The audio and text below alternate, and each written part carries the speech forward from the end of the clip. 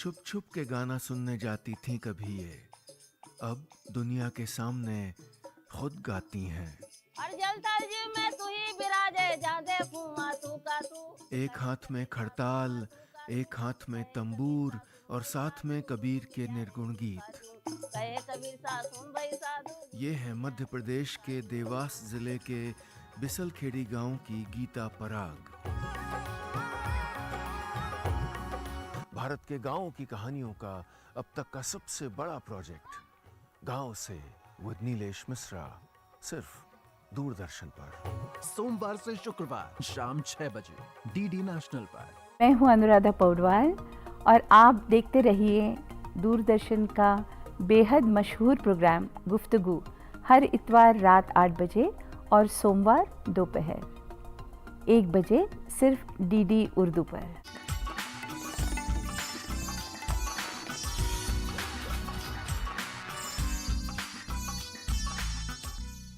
नमस्कार, मैं हूं जया सिन्हा और आप सभी का रंग तरंग में बहुत बहुत स्वागत है। आज का अंक बेहद खास है।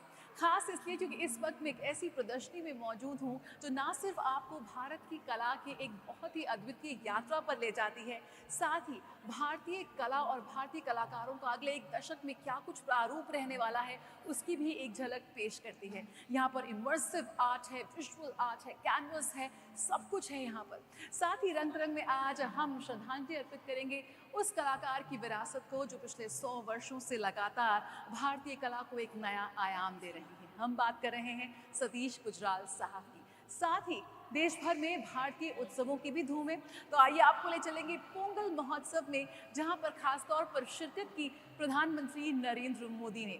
और भी होगा बहुत कुछ, तो देर कैसी, आइए शुरुआत करते हैं रंग तरंग की।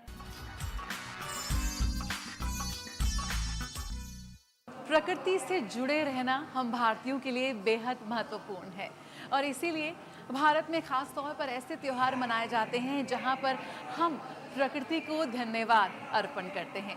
ऐसे ही त्योहार हैं मकर संक्रांति, बिहू और पोंगल। आज भारत के इन उत्सवों की धूम सिर्फ भारत में नहीं बल्कि पूरे विश्व में नजर आ रही है।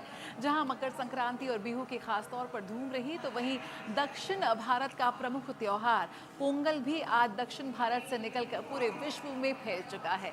ये हमारी संस्कृति का ऐसा अमिट हिस्सा है जिसको लगातार हम आगे लेकर चल रहे हैं।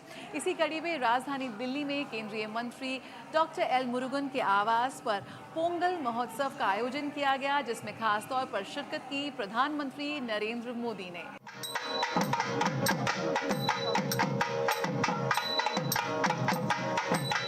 दक्षिण भारत का प्रमुख पर्व पोंगल पर्व आज देश में नहीं बल्कि पूरे विश्व में धूमधाम से मनाया जाता है। तमिलनाडु में पोंगल 4 दिनों तक चलने वाला प्रमुख कृषि उत्सव है।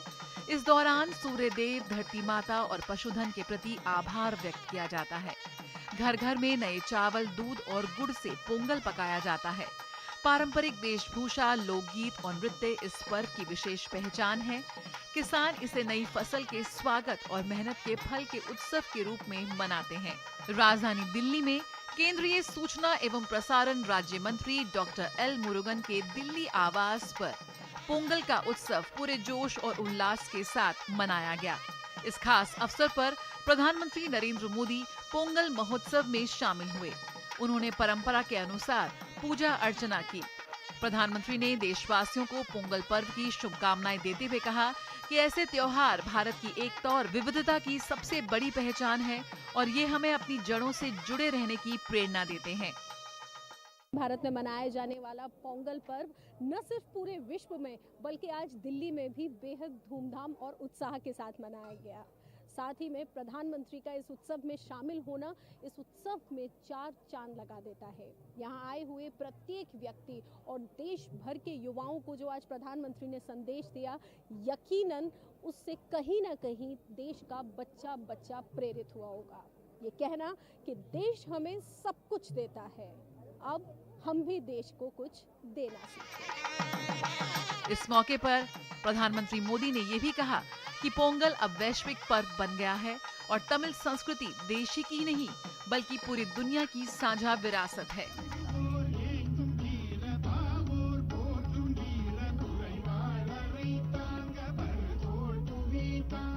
इस अवसर पर पारंपरिक नृत्य, संगीत और लोक कला की मनमोहक प्रस्तुतियां दी गईं, जिन्हें देखकर दर्शक मंत्रमुग्ध हो गए।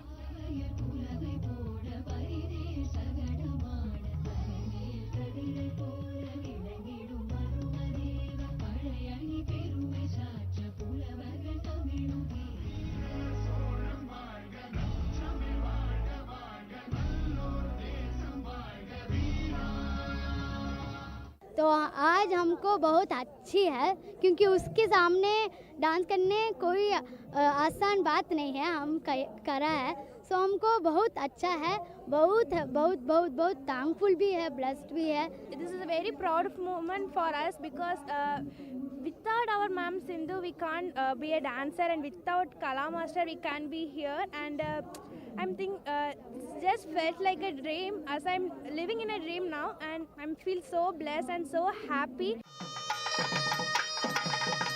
पोंगल महोत्सव में राजनीति, संस्कृति और कला जगत से जुड़ी कई जानी मानी हस्तियां भी शामिल हुईं। राजधानी दिल्ली से रंग तरंग के लिए डॉक्टर सुयश की रिपोर्ट।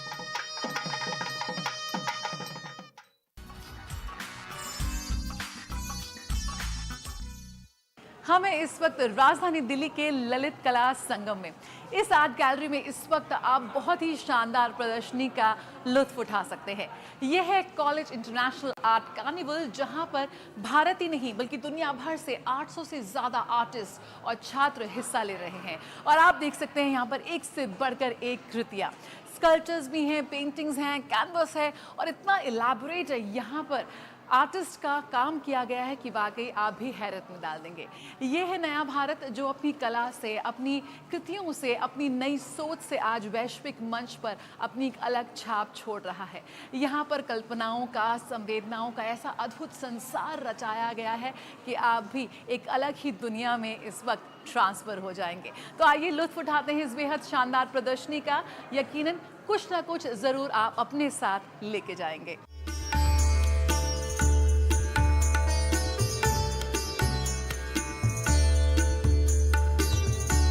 आज हम आपको लिए चलते हैं एक ऐसे रंग बिरंगे मंच पर जहां रंग, कल्पना और प्रतिभा एक साथ मिलकर बनाते हैं चित्रकला का उत्सव। ये आयोजन न केवल कलाकारों की सृजनात्मकता का उत्सव है, बल्कि ये कला प्रेमियों और दर्शकों को भी जोड़ता है। हर चित्र, हर मूर्ति और हर कलाकृति में छिपी है कलाकार की मेहनत, उसकी सोच और उसका अनोखा दृष्टिकोण। ललित कला एकेडमी में आयोजित कोलाज इंटरनेशनल आर्ट कार्निवल ने कला प्रेमियों को एक अनोखा अनुभव प्रदान किया। इस भव्य कला प्रदर्शनी में देश विदेश से आए लगभग 800 कलाकारों और विभिन्न आर्ट कॉलेजों के छात्रों ने अपनी रचनात्मक कृतियों के माध्यम से कला की विविध विधाओं को प्रस्तुत किया। दिल्ली कोलाज ऑफ आर्ट की तरफ से एक एग्जीबिशन का आयोजन किया गया है, जो बहुत ही ग्रैंड स्केल पे हुआ है यहाँ पे आयोजन, और उसमें मैंने अपनी एक पेंटिंग एग्जिबिट की है, रिदम ऑफ ट्रेडिशन। इसमें मैंने ये शो किया है कि जो डांसर है और जो ड्रमर है वो दोनों मिलके एक ट्रेडिशनल डांस और म्यूज़िक का कंपोजिशन कर रहे हैं अपनी खुशी को दिखाने के लिए किसी फेस्टिवल के दौरान। मेरा एक art work Delhi college of art में सिलेक्ट किया गया है और ये ललित कला एकेडमी में कार्निवल चल रहा है। मैंने एक सूफी सेंट बनाए हैं जो कि सांसारिक वस्तुओं से बहुत परे रहते हैं। इन्हें ईश्वरीय प्रेम के प्रति बहुत ही ज़्यादा आस्था रहती है और ये एक वर्लिंग डांस है जो कि हमको एक फेथ, सरेंडर और इनर पीस की भावना देता है। चित्रकला, मूर्तिकला, इंस्टॉलेशन आर्ट और समकालीन कला के उत्कृष्ट नमूनों ने दर्शकों को मंत्रमुग्ध कर दिया। इस आयोजन का उद्देश्य उभरते कलाकारों को एक अंतर्राष्ट्रीय मंच प्रदान करना और कला के माध्यम से सांस्कृतिक संवाद को बढ़ावा देना रहा। आप कोई भी बुक उठाते हो उसमें टेक्स्ट होता है, लेकिन अगर विजुअल्स उसके अच्छे हो तो आपका इंटरेस्ट उसमें जग जाता है पढ़ने के लिए किताब को। तो एडिटोरियल पार्ट के साथ साथ विजुअल पार्ट यानी आर्ट पार्ट की भी उतनी ही जरूरत पड़ती है एक अच्छी किताब को बनाने में। बच्चों की हम किताबें निकालते हैं, स्टोरी बुक्स निकालते हैं 4-5 साल से लेकर 15-16 साल से बच्चों के लिए। तो हमारे पास जो एक्सपीरियंस है जो 70, 75, 80 साल का, वो सारे हम एक्सपीरियंस हम लोगों से शेयर करते हैं।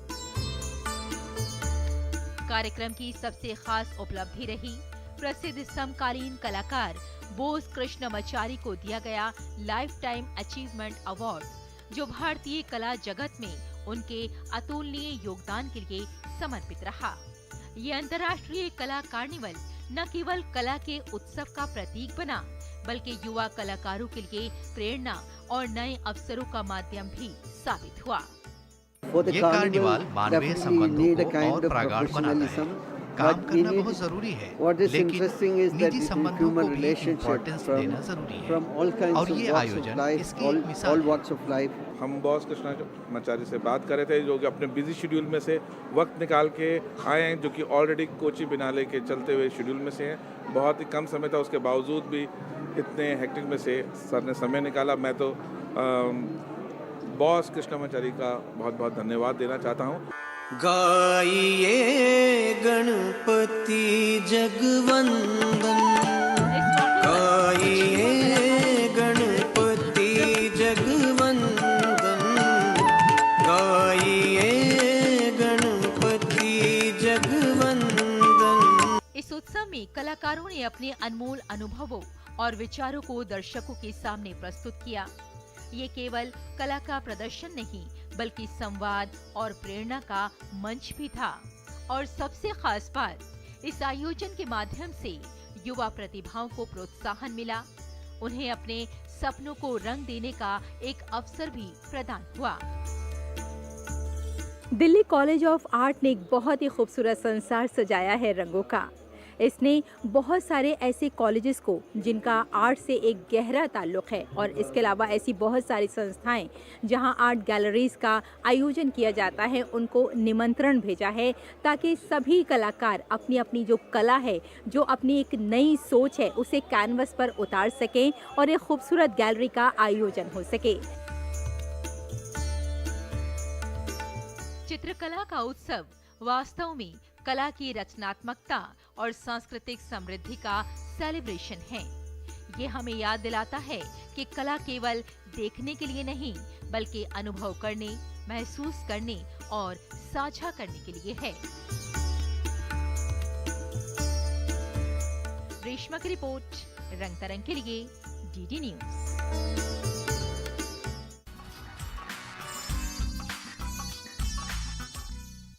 आज हर चीज़ में तकनीक ने हमें इस कदर अपनी ओर आकर्षित कर दिया है कि आज हम अपने हर रूप में, हर काम में तकनीक को जोड़ने का प्रयास करते हैं। कला भी इससे अछूती नहीं है। राजधानी दिल्ली में एक बेहद खास उत्सव का आयोजन किया गया, the festival of new choreographies, जहां पर एक मंच पर युवा और अनुभवी कलाकार एक साथ आए अपने सशक्त प्रतिभा का प्रदर्शन करने। खास बात ये थी कि कैसे हम आज अपनी शास्त्रीय कलाओं में नई सोच को लेकर आ रहे हैं, नए प्रयोग कर रहे हैं, और कैसे दर्शक ना सिर्फ उसको पसंद कर रहे हैं बल्कि आत्मसात भी कर रहे हैं। आइए चलते हैं इस बेहद खास आयोजन में।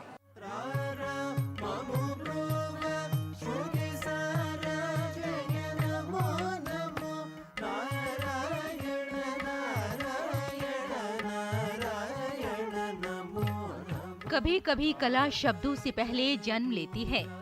वह देह की गति में, श्वास की लय में और मौन की गहराई में बात करती है। ऐसी ही एक अनुभूति का नाम है कला यात्रा 2026, जिसका आयोजन किया गया दिल्ली के कमानी ऑडिटोरियम में।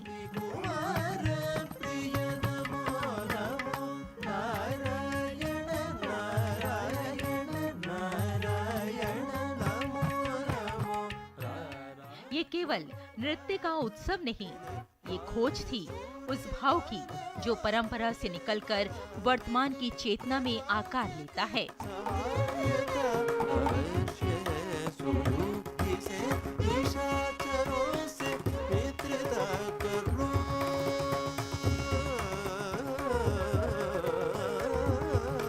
दिल्ली सरकार के कला संस्कृति एवं भाषा विभाग CICD और पद्म विभूषण डॉक्टर सोनल मानसिंह के संयुक्त प्रयास से ये महोत्सव नए कोरियोग्राफिक विचारों को एक जीवंत मंच प्रदान करता है।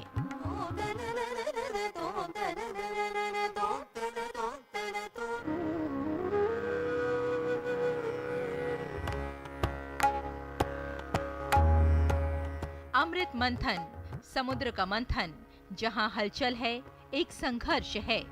ये प्रस्तुति केवल देवताओं और असुरों की कथा नहीं, ये मनुष्य के भीतर चल रही एक कहानी है, जहां पीड़ा के बाद ही शांति जन्म लेती है और धैर्य से ही अमृत प्रकट होता है।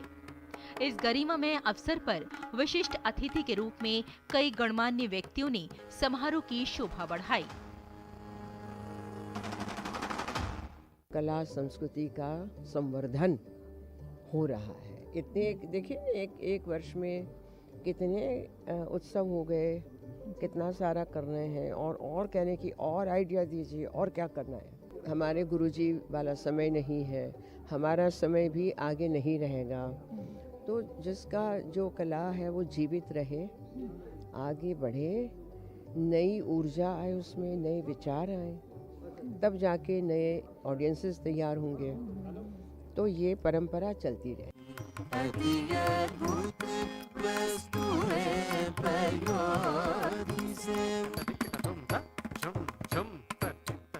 देश की कला परंपरा के अनेक उज्जवल स्तंभ और अन्य विशिष्ट कलाकार इस संध्या के साक्षी बने।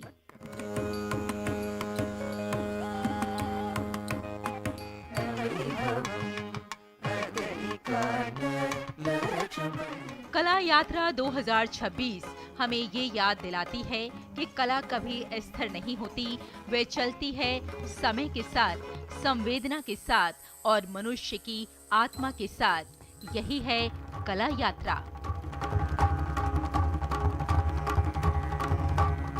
2024 और 25 को कंपेयर करेंगे तो दिल्ली सरकार के जो कल्चरल प्रोग्राम्स हैं वो डबल हो गए हैं, डबल। तो ये एक हमारा वो श्रीमती रेखा मैडम चाहती हैं दिल्ली सिर्फ एक देश का, एक माने देश का ही कल्चरल कैपिटल ना हो, पूरे विश्व का कल्चरल कैपिटल हो। बहुत कुछ करने को है, उसके साथ हम लोग खड़े होकर आगे बढ़ेंगे। ये आयोजन 5 दिन चलेगा कला यात्रा नाम से, जिसमें दिल्ली के सभी लोग आकर के जो ये इनके अलग अलग आयोजन हैं, समुद्र मंथन, अति जीवन आदि जो भी इनके प्रोग्राम है, इनको देख करके आनंद ले सकते हैं। भारत का अस्तित्व, भारत की पहचान भारतीय कलाओं से है और ये हमारे अंतर्मन में इस तरह से व्याप्त है कि हम बिना उस अभिव्यक्ति के रह भी नहीं सकते। हम भले कर सके न कर सके, लेकिन दूसरे की अभिव्यक्ति देखने में भी हमको रस मिलता है, आनंद मिलता है। और यही संस्कृति है भारत की, क्योंकि हमने अपने चाहे पहचान हो, अपने नायकों को, चाहे अपने इष्टों को या अपने आसपास के जो हमारे परिचित हैं, उन सब की गाथाओं को, उन सब की जीवन कथाओं को कलाओं के माध्यम से अभिव्यक्त किया।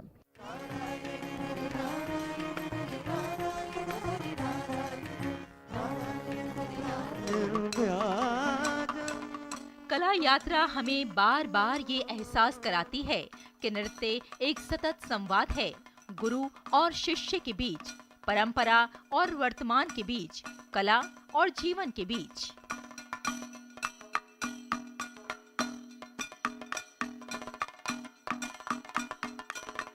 यही संवाद भारतीय नृत्य को कालजयी बनाता है और यही है कला यात्रा।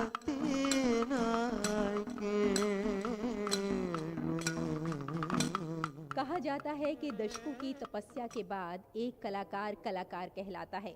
और जब हम बात करते हैं सोनल मानसिंह की, तो सोनल मानसिंह एक ऐसी कलाकार हैं जिन्होंने अपने आप को एक कलाकार तो मनवाया ही है, लेकिन साथ साथ अपनी कलाओं को आगे बढ़ाने के लिए भी उन्होंने साधना की है।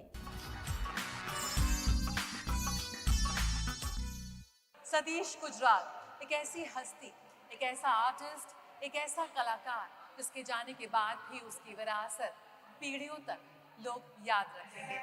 Satish Gujral 100 A Centenary Exhibition में जश्न मनाया जा रहा है सतीश गुजराल की विरासत का, उनके 100 वर्षों के कला यात्रा का।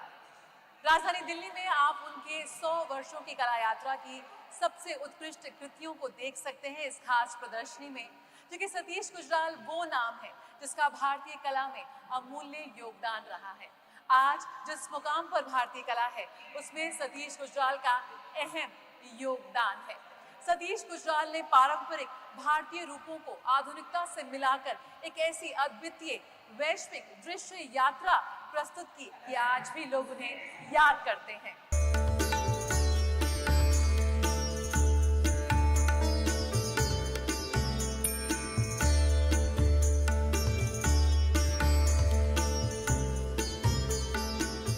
सतीश गुजराल कला की दुनिया का वो चमकता सितारा जिनकी रचनाएं हमारे अंदर एक नई सोच और समझ का विस्तार करती हैं।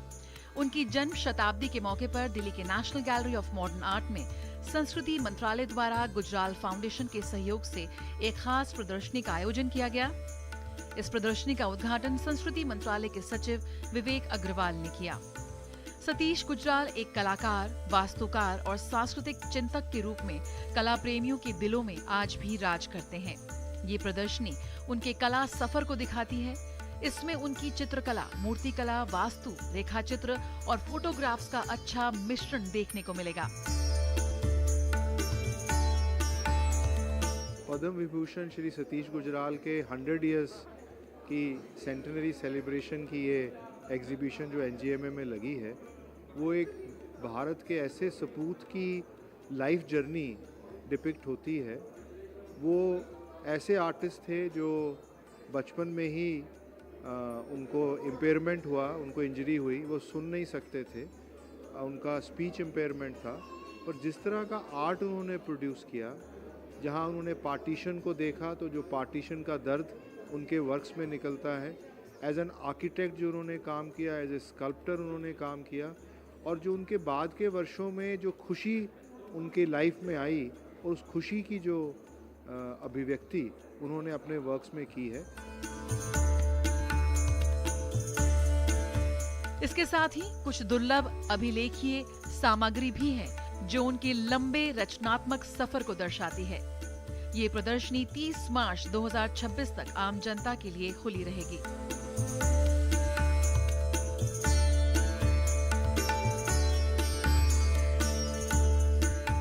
उन्नीस 1925 में जन्मे गुजराल ने 20वीं सदी के भारत की कुछ सबसे उथल-पुथल वाली घटनाओं को देखा। बंटवारे ने उन पर एक गहरी छाप छोड़ी और उनकी शुरुआती पेंटिंग्स बंटवारे से उजड़ी पीढ़ी के दुख और हिम्मत को दिखाती है। इस प्रदर्शनी का मकसद सतीश गुजराल की कला विरासत को न सिर्फ संरक्षित करना बल्कि उसे आम जनता तक पहुंचाना है। ये प्रदर्शनी हर उस व्यक्ति के लिए है जो भारतीय संस्कृति, आधुनिकता और मानवता के संबंधों को समझना चाहता है। सतीश गुजराल की कहानी हिंदुस्तान की कहानी है।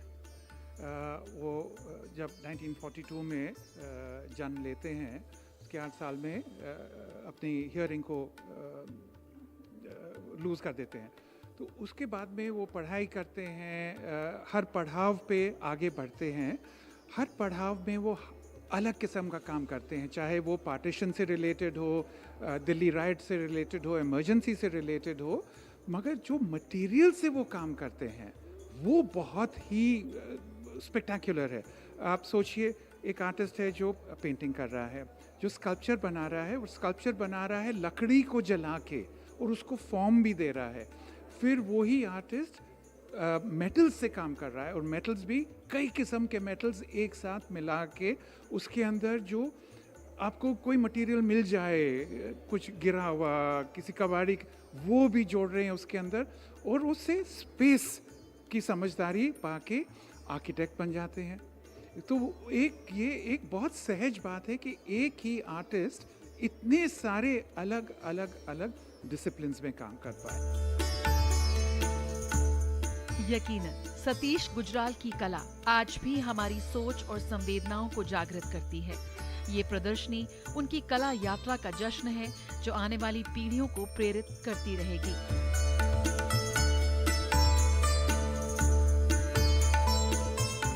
डॉक्टर सुयश शर्मा की रिपोर्ट, डीडी न्यूज।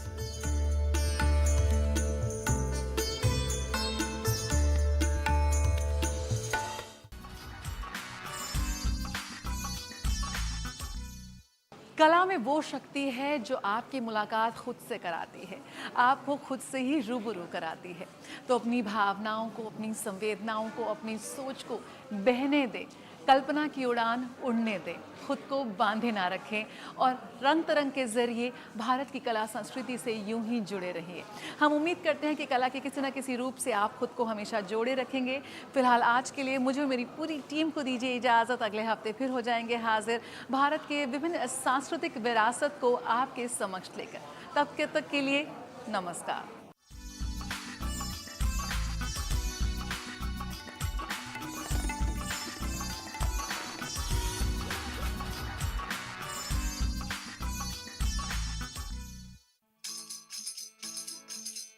छुप छुप